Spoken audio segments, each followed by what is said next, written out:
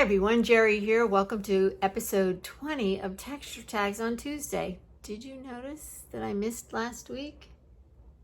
Probably not, because you're busy too. All right, good.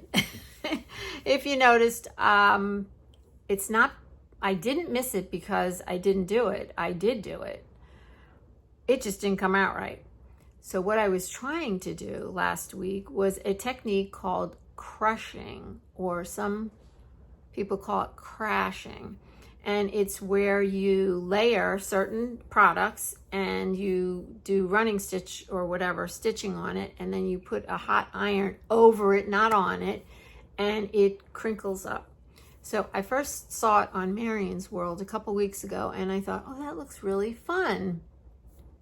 I think I'll give that a try. Well, when I went to get the products, they don't have them in the United States that I can find. If you know that they have them in the United States, let me know. So it's Solufleece you need. Now, she saw it when she went to a textile show. The other item that she uses is Bondaweb. So I was trying to replace Bondaweb with Wonder Under. I had to look down at my notes. And I was trying to replace the Solufleece with Solvi, which is a water-soluble stabilizer. It didn't work. It didn't matter how many layers I put. It didn't matter what I did. It didn't work. And I'm going to show you so you believe me. This is what I kept trying. So it crunched it up a little, but this is, I mean, if you go watch her video, it's insane. So you could see the stuff is still on the back. Right? Okay, so I tried it over and over and over and over. I even tried it with a piece of polyester netting, and then I tried to burn the polyester netting to crunch it up. That didn't work.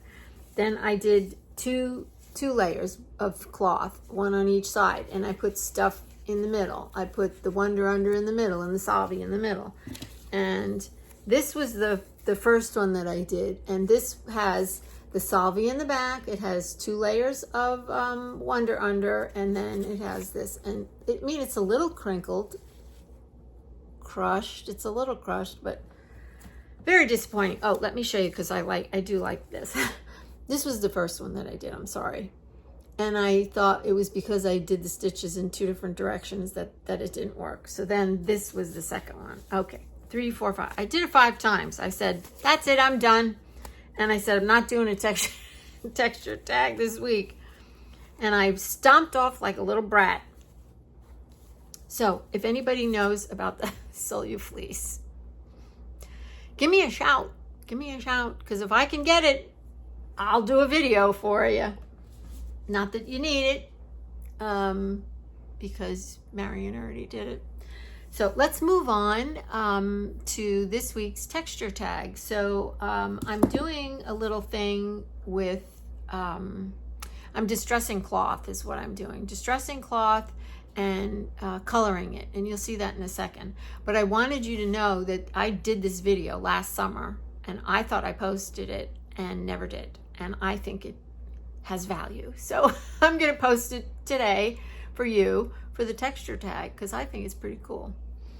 And yeah, so if you see anything that's a little, that I sound like I'm talking about something else, you'll know it's because I did it last year. I have a playlist, and it's for 10-minute techniques. So it's anything I can actually do in under 10 minutes goes in that playlist. So now that I'm blah-blahing here for 4 minutes and 20 seconds, I'm not going to be able to put that in the 10-minute playlist. But anyway, let's move on. I hope you enjoy it. And yeah, this is a quick distressing your cloth 10-minute technique. So you've got a square, you want to stitch it down to a scroll, or you want to put it in your book, but it's too perfect. And what are you going to do? You've already ripped it. You have some interesting edges, but they're not that interesting. So here's how to get more interesting edges. You're going to crunkle up your cloth, like really just crunkle it like that. And then you're going to take a sharp scissor and you're going to hack at it. Now this technique, I have shown this technique in one of my videos, but you'll never find it again, and neither will I. So I'm going to make a series of these quick little down and dirty things that I use pretty regularly in my textile and mixed media art. So you're just chopping at it. Don't try to cut it evenly. Now, if you like a little bit of a rounded edge when you crunkle it, let's do this side. Crunkle, cut and crunkle.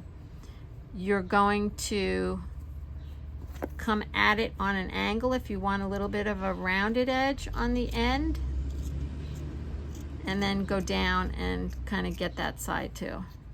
But just make sure it's crunkled when you cut it so that it doesn't, you don't have a straight edge. Let's get rid of that, and we'll do this last one. Just squeeze it up. I'm going to keep using the word crunkle because I like it. Okay, so now we've got that. Now that you're not going to stop there, you're going to take your finger and you're going to start to pull it, and like almost like you were going to rip it, and you're making it fray so that it doesn't look like you did it. It looks like it was born that way, right? Okay. It's going to look, I just laughed and blew all the fuzz away. It's going to look, or we're trying to get it to look like something you got out of the bottom of your grandmother's trunk, you know, from decades ago. Because I don't know about you, but I love using distressed cloth on my projects, in my projects. All right, get rid of all that nonsense, and here we are. We're left with this beautiful whatever. Now, do the 5-minute visual texturing on it with the coffee, but before we do that, I'm going to put little tiny moth things in there. So we're just going to put these little holes, moth holes or something, like looks like some kind of animal got in there and ate it, maybe a mouse. What do you think? Okay, we'll do a couple. I always do like 3s, so we'll just do 3. Just teeny little. Don't get too carried away with the holes. You could always go in and darn these too. And this last one, we're just going to do a poke with the scissor. So put 1 in it, put 2 in it, put 5, put whatever you want, whatever you think is appropriate. And I'm not giving any thought to what's going on here because I don't have a problem putting a piece of cloth right on top of that, and now you don't see it. So there you have it. And you've kind of ripped up your edges, and now you're going to put some color on it. So we do the coffee thing. I have done the coffee thing. This is an easy coffee distressing technique. The link is in my 10-minute technique playlist, and it is called Visual Textured Cloth Coffee Painting. I'm going to try today using these Inktense blocks that I have because they're sitting in the closet forever.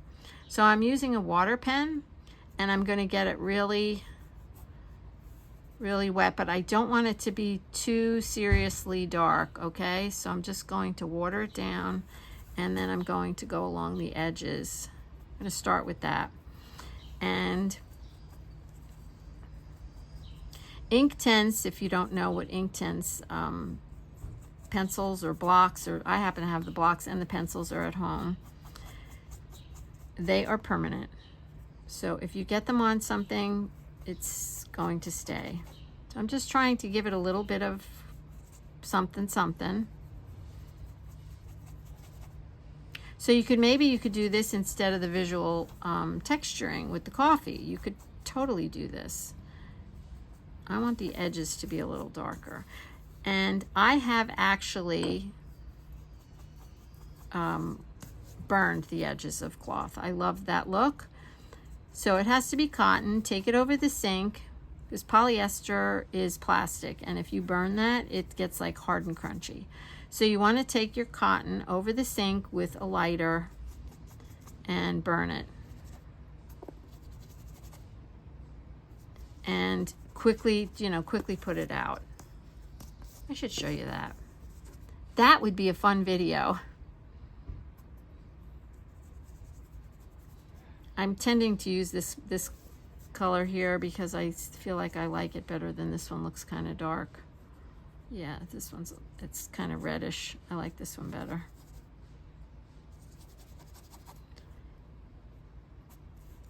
So if you have Inktense, you could do this too instead of the coffee thing. There's so many different ways to get texture on your cloth. And I don't know about you, but I don't like pure cloth. I prefer it to have age spots on it.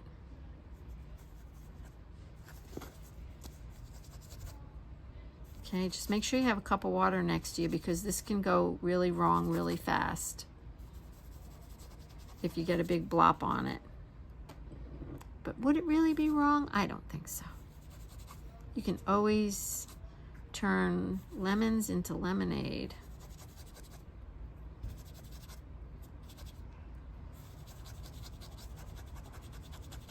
Okay, so there we go. Now, my intention is to get the edges a little darker.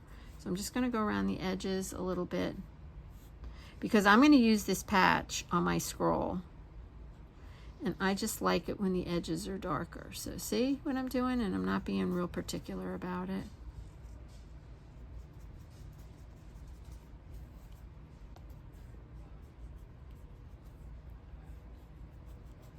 Okay. And I think you get the idea. Now let this dry. Now see, that side doesn't really have anything on it because we painted this side, and this is Inktense. This is paint. Now when you do the visual texture with the coffee, it gets both sides. So let's just do both sides in case we decided to flip this over and use this side.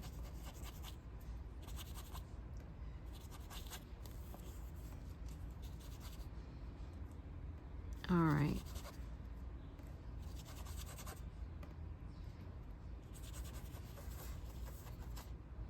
And there's another little hole up there. I don't know where that came from, but probably when I did the crunkle. All right.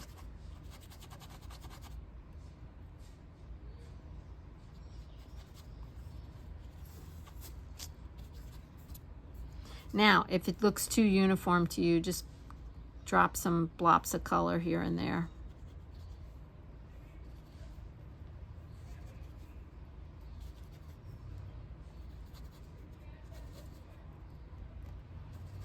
What do you think? Thumbs up or thumbs down?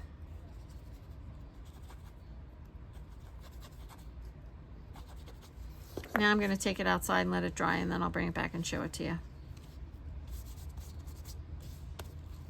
I'll be back.